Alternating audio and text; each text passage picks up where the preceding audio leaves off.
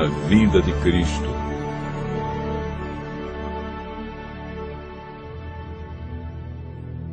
Estando com os discípulos no Monte das Oliveiras, Jesus ouviu deles a seguinte pergunta: que sinal haverá da tua vinda e da consumação do século? O mestre, então, enumerou vários sinais indicadores do seu retorno à terra. Alguns sinais destes apresentados tiveram cumprimento inicialmente em Jerusalém e serviram como maquete ilustrativa dos acontecimentos do fim. Outros sinais, porém, estão se cumprindo agora, em nossos dias.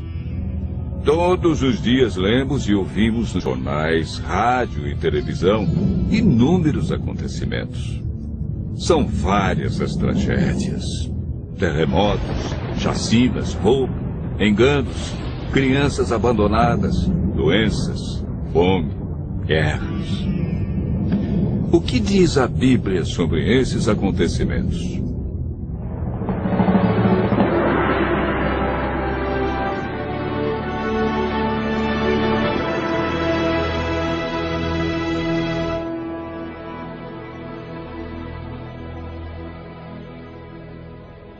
Vamos analisar os sinais que antecedem a sua volta em 3 partes. Primeiro, os sinais no mundo social. Segundo, sinais no mundo natural. E por último, sinais no mundo religioso. Os sinais no mundo social estão descritos em Mateus 24, versos 6, 7 e 10.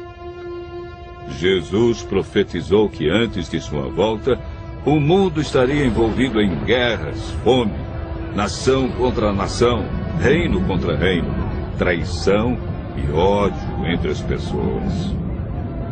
Na segunda carta de Timóteo, capítulo 3, versos 1 a 5, nos fala de tempos difíceis. Desemprego, fome, pessoas egoístas, avarentas, pessoas blasfemando de Deus, filhos desobedientes à paz, homens sem domínio de si.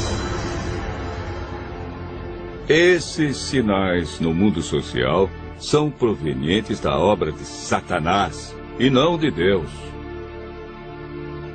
Na segunda parte do nosso estudo, falamos a respeito dos sinais no mundo natural. Mateus 24, versos 7 e 29, fala de sinais que estão acontecendo e que já aconteceram. No dia 19 de maio de 1780, o sol escureceu. Esse dia ficou conhecido como o Dia Escuro. Na região leste dos Estados Unidos, tão densas eram as trevas que as lamparinas foram acesas ao meio-dia. A lua, embora fosse cheia, negou-se a iluminar. A ciência não conseguiu explicar esse fato sobrenatural, mas a Bíblia o apresenta como um dos sinais que antecede a vinda de Cristo. Em 13 de novembro de 1833, ocorreu uma deslumbrante queda de estrela jamais vista. Esses sinais já se cumpriram uma vez, mas antes da vinda de Jesus se repetirão com maior intensidade. Tratamos na terceira parte do nosso estudo sobre os sinais no mundo religioso. Mateus 24, versos 4 e 5, fala sobre o engano religioso que haverá no tempo do fim.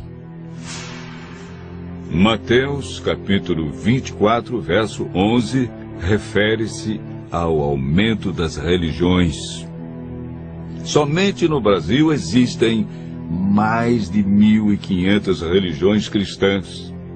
No mundo, são mais de 35.000 religiões cristãs. Jesus afirmou também que antes de sua vinda, os falsos cristos e falsos profetas operariam sinais e prodígios. Mas o que fazer diante de tantas religiões? O conselho de Jesus é claro.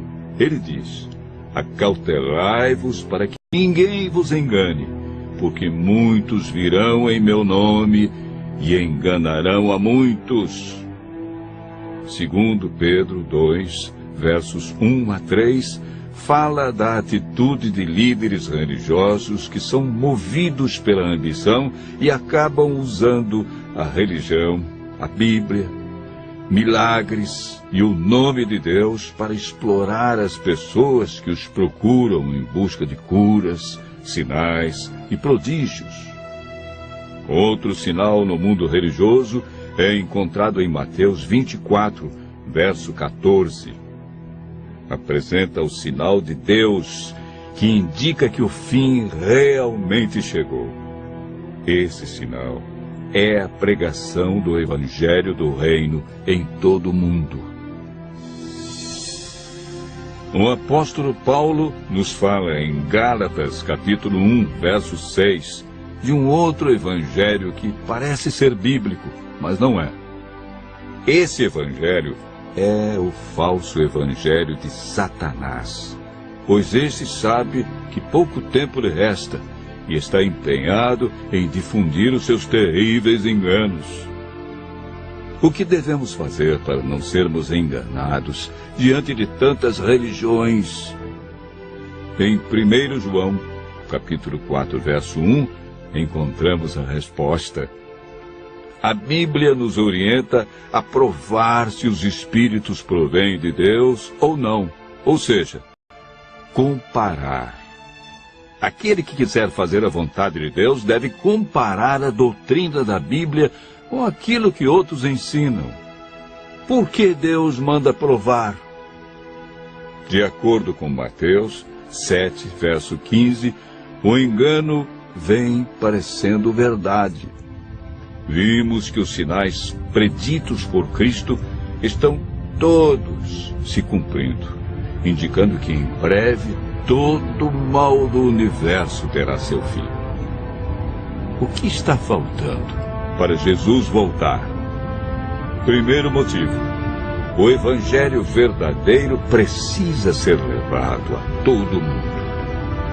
Segundo, Jesus está a cada dia dando mais oportunidades. Ele é paciente e espera uma decisão de cada um de nós ao lado da verdade.